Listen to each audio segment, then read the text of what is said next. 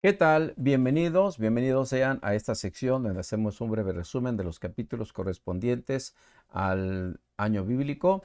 Recuerden que cada día estamos leyendo 3 capítulos y el sábado leemos 5 capítulos. Hoy continuamos la historia de Salomón. Ya David ya ha muerto y ahora le toca a Salomón empezar su reinado, y una de las primeras cosas que hace Salomón, de acuerdo al encargo de su padre David, pues fue la de construir el templo. El templo que a partir de entonces se usaría como un emblema, como un motivo de orgullo inclusive para la nación.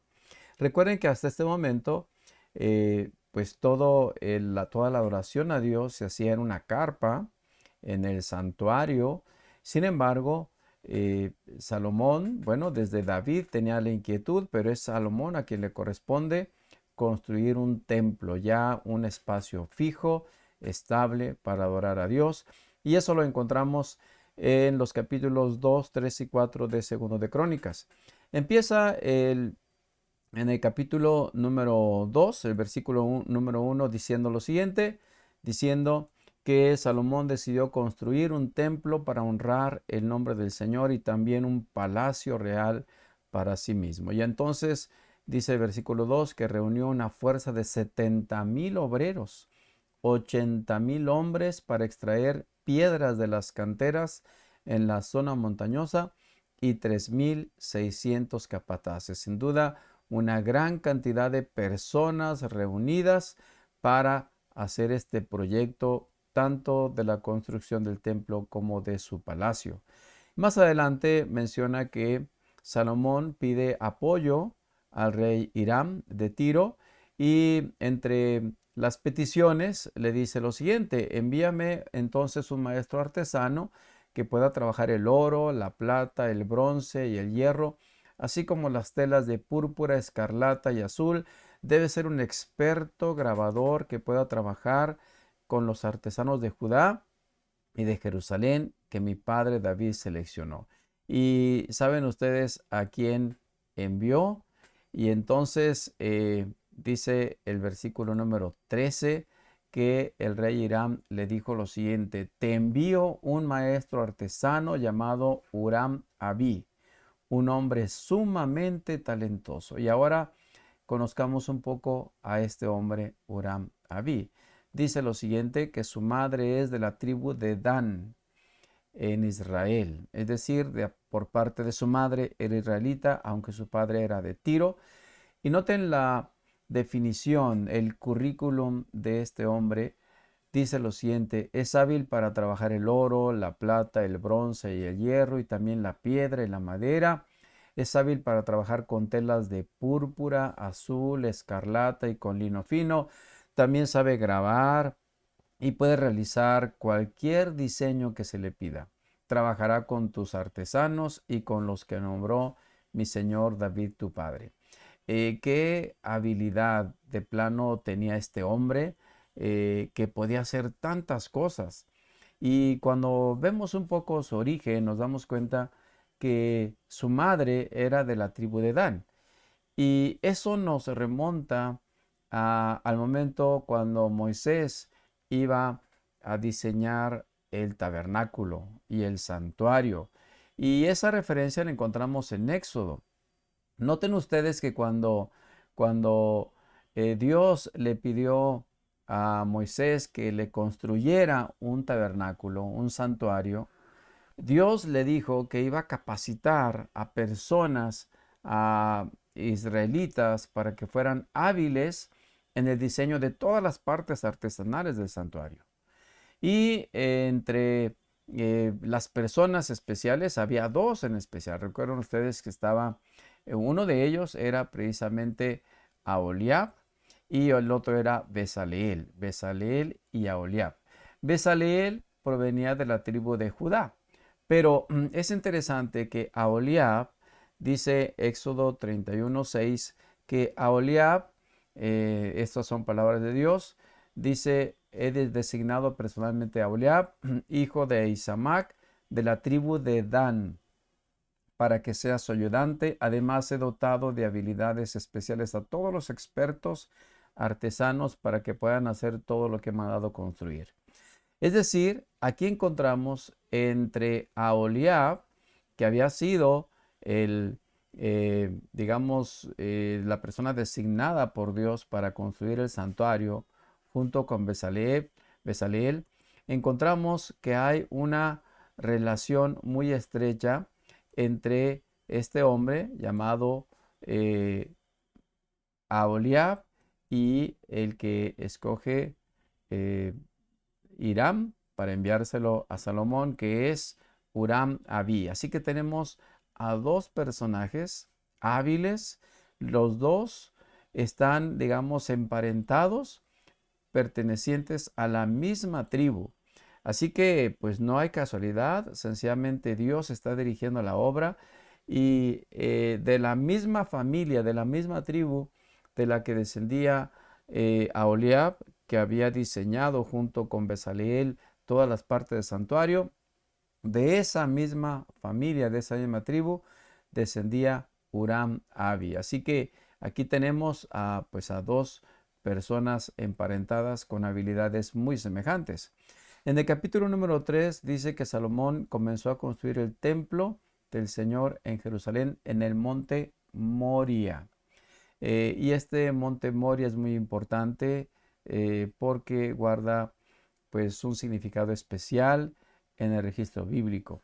El monte Moria fue donde Abraham estaba a punto de sacrificar a Isaac, y aquí el monte Moria, dice el relato bíblico, fue donde el Señor se le había aparecido a David, su padre. Y ahí se construyó en ese monte, en el campo de trillar de Arauna, el Jebuseo, allí se construyó el templo de Dios, en el monte Moria, donde de alguna forma se había representado, diríamos en miniatura, el sacrificio de Jesús a través, desde luego, del sacrificio de Isaac, que, bueno, por amor de Dios intervino y no fue sacrificado. Pero había una lección muy importante aquí en este monte Moria. En el versículo 3 menciona las medidas del templo, de los cimientos del templo, y dice en medidas que podamos comprender, dice que tenía 27 metros y medio de largo por 9 metros de ancho. Son las medidas que tenía este templo que Salomón construyó. Y el lugar santísimo medía 9 metros de ancho, es decir, todo lo que medía de ancho también el templo por 9 metros de profundidad. Si ustedes recuerdan, el lugar santísimo tenía un perímetro, era cuadrado, y aquí es justamente así, 9 metros de ancho por 9 metros de profundidad. Y más adelante tenemos en el versículo 17 dos columnas que que Salomón levantó al frente del templo. Y esas columnas eran columnas enormes.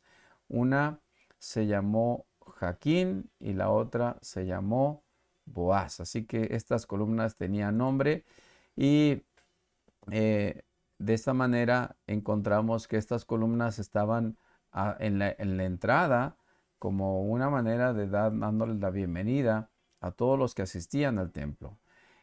Pasamos al capítulo 4 y dice el versículo número 1 que Salomón hizo un altar de bronce de 9 metros de largo por 9 metros de ancho. Recuerden ustedes que cuando uno entraba al santuario, el primer mueble que estaba ahí era un altar de bronce, que era donde se ofrecía el cordero, y un poco más al fondo estaba la fuente, que aquí en el caso de Salomón le llamaban también el mar.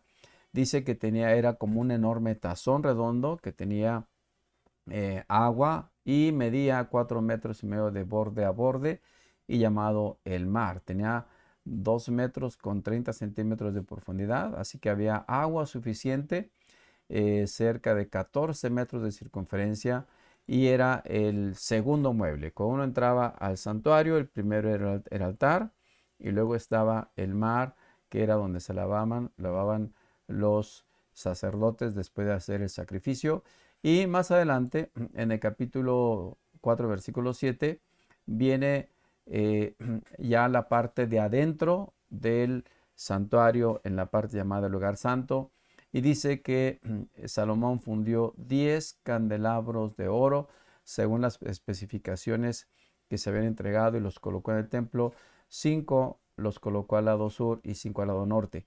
Cuando uno entraba al lugar santo, que era el primer compartimento que estaba allí propiamente en el santuario, a mano derecha estaba la mesa de los panes, a mano izquierda estaba un candelabro y luego al fondo estaba el altar del incienso. Dice aquí que también hizo 10 mesas. Bueno, volviendo al candelabro, Salomón no hizo un candelabro de 7 brazos, sino más bien hizo 10 candelabros de oro, colocó 5 hacia el sur, 5 en la pared norte y también hizo 10 mesas. Recuerden que había una mesa especial donde se colocaban los panes y esta mesa la colocó, más bien hizo 10 mesas y colocó igual 5 a la pared sur y 5 a la pared norte. Y bueno, hasta aquí vamos a dejar este momento de la descripción de la construcción del templo y vamos a ver mañana el momento especial, cuando todo está listo, porque si hubo un mueble que Salomón no hizo entre todos, porque hizo un altar de sacrificio, hizo el mar, que era la fuente donde se lavaban los sacerdotes, hizo los candelabros, hizo una mesa de los panes, hizo inclusive un lugar donde se hacía, donde era el altar del incienso, pero en el lugar santísimo lo diseñó perfectamente, pero hubo un mueble, que ese mueble fue el que se colocó allí, que fue el arca del pacto, el mismo mueble que Dios había dado sabiduría a Bezaleel y a Oholiab para que lo diseñaran en el desierto y que se usó en el peregrinaje y que inclusive fue capturado por los filisteos y finalmente fue pasado de ciudad en ciudad. Ese mueble Salomón no lo replicó, fue el único mueble que se conservó y se colocó en forma especial en el lugar santísimo. Eso lo vamos a ver mañana, vamos a ver un poco más de detalles sobre ello. Gracias por atender, por escuchar este comentario, gracias también por seguir la lectura de la Biblia, gracias sobre todo por compartir con otros esta meditación que creemos que es muy importante, especialmente en una época tan llena de confusión, de conflictos. Escuchar la palabra de Dios puede traer paz al corazón. Que Dios les bendiga, que tengan un excelente día.